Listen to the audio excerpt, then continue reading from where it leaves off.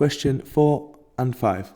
My target audience is a large student social group found in Sheffield. This is specifically because it is a local magazine targeted at local readers. The target reader for my magazine, Made in Sheffield, is Rich is a local lad, Sheffield born and bred. He enjoys listening to the local bands of Sheffield and he was at the Frog and Parrot at 18 when the Little Man Tate had their first gig.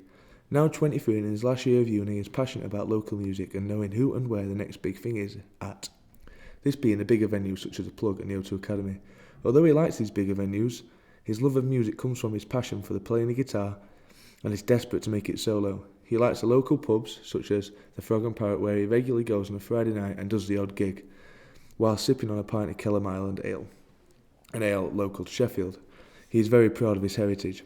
The audience profile I have chosen will be aimed at the gender bias, majority male dominated, approximately 70% male, 30% female, with the genre being local music, mainly Indian solo, and the area being South Yorkshire, primarily the Sheffield student scene.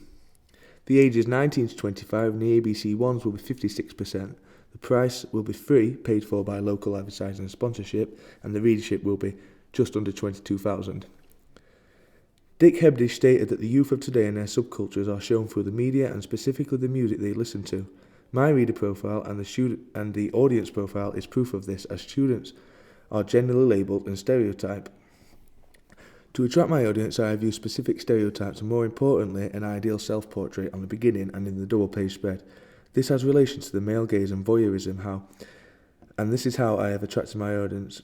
This has strong relevance to the theory of interpolation and Laura Mulvey's male gaze theory by the reader, from which to the producer of this, from Theodore Adorno's hailing and interpolation theory, whereby it focuses on how the producer attracts your audience, in this case with a direct gaze into the camera.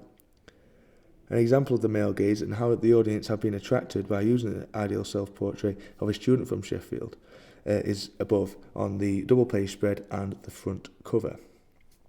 I have been consistent in attracting my audience profile well throughout my front cover, contents page and double spread.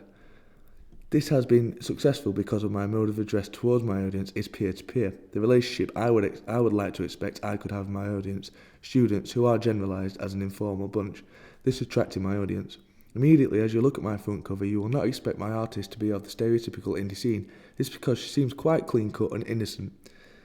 However, this is enforced by the ideal self-image using a direct gaze.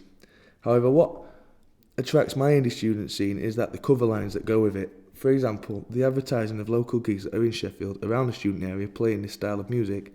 I have also continued my same mode of address through to my contents page and double page spread. My contents page uses stories and cover lines that the student scene, my target audience, is familiar with. Like in my contents, I have used gig reviews that would be popular with the target audience and also album reviews such as Emily Sandé's new album. This attracted my given audience.